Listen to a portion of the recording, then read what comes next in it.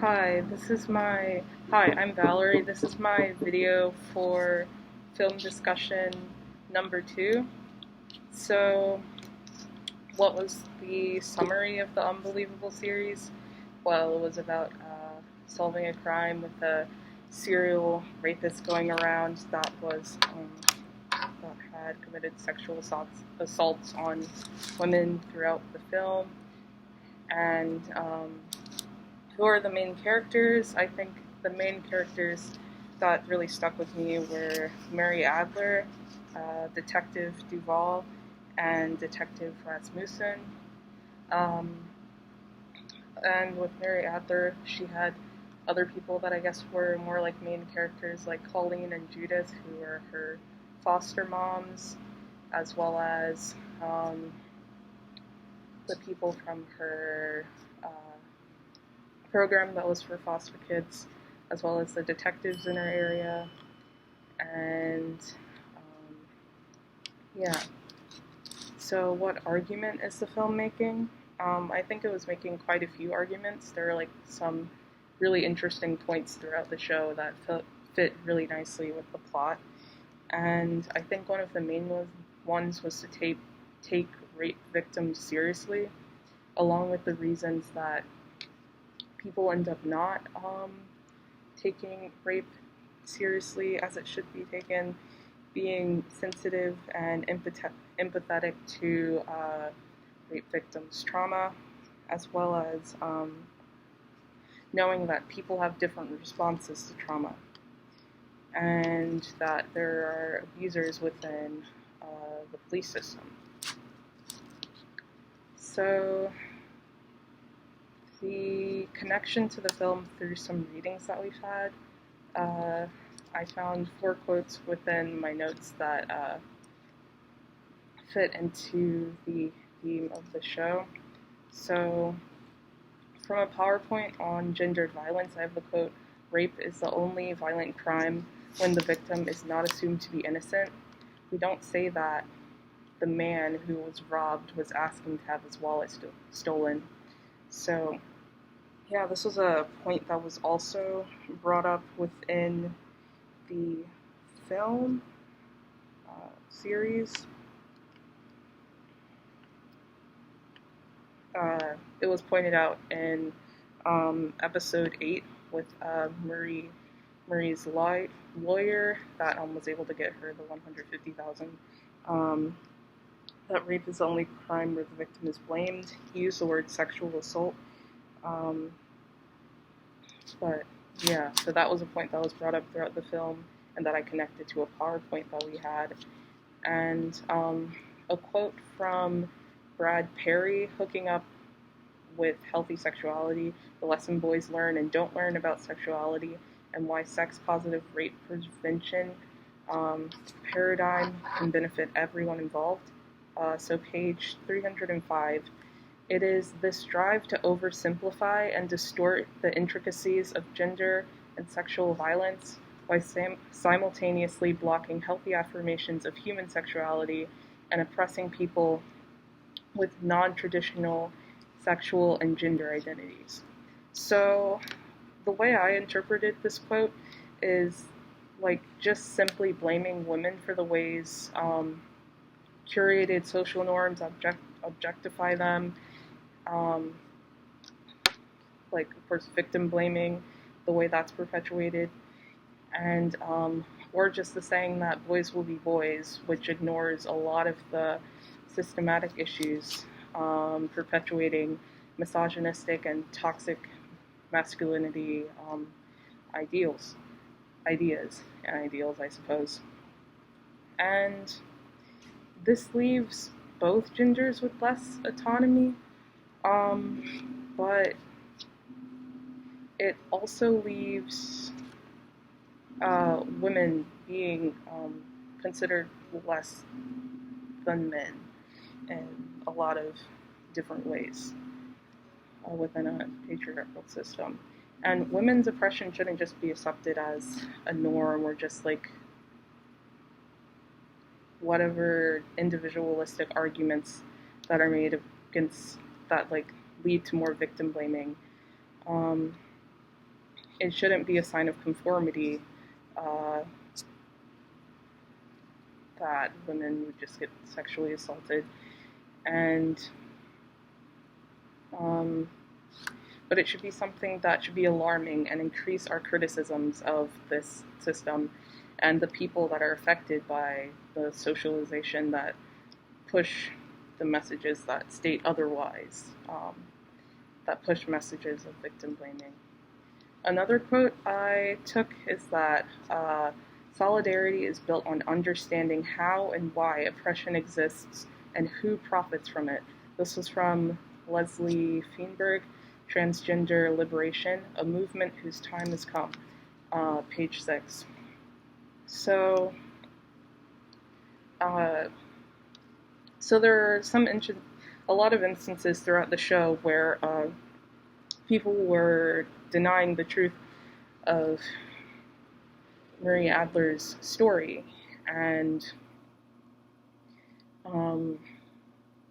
they couldn't see their own lack of empathy or ignorance when faced with her reactions to her experience. Like her foster mother, Judith, who had doubted her,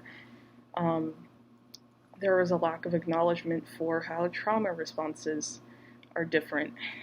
And to truly empathize with someone, I suppose, or to some human capacity, is to really understand, like, why the oppression is existing. It can't be, oh, this person made a lot of mistakes throughout their life and that's why they're deserving of some experience. Or you can't decide what constitutes as a lesson for somebody and what doesn't constitute as a lesson for someone.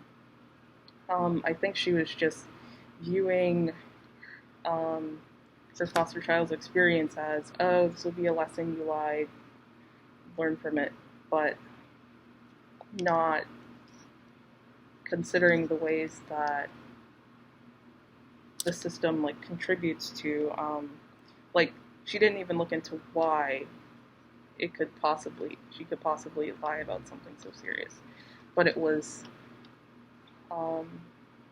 definitely just victim blaming. And another quote I got, which really fit, was, the flip side of this individualistic model of guilt and blame is that race, gender, and class oppression are actually not oppression at all, but merely the sum of individual failings on part of color, women, and people living in poverty who lack the right stuff to compete successfully with whites, men, and others who know how to make something of themselves. This quote was taken from Patriarchy, the System, an it, not a he, a them, or us. So this quote just shows, this quote is writing like through the mindset of somebody who may be an oppressor or is more ignorant to issues facing other people, and it just shows that individualistic models pushed by, I guess, patriarchy, colonialism, and capitalism really seep into the mindsets of a lot of people. And this was seen through I think it was a guy who was a college campus who had forced someone to have sex with them, who was mentioned in the show. And I believe this was his mindset. When he was saying, like, the girl who reported him was like, there was something wrong with her, she was just the wrong girl, but ignoring, like, he couldn't even face the fact that what he was doing was incorrect and disrespecting her autonomy and body even, and was just a show of the privilege he had within the system and the ways he was able to just fall back on his dad to just sue the police system for even accusing him of something he did wrong. I mean, that girl was probably threatened, but of course he's still blaming the girl and not realizing that his own actions just perpetuate victim blaming. So my reflections on the film. So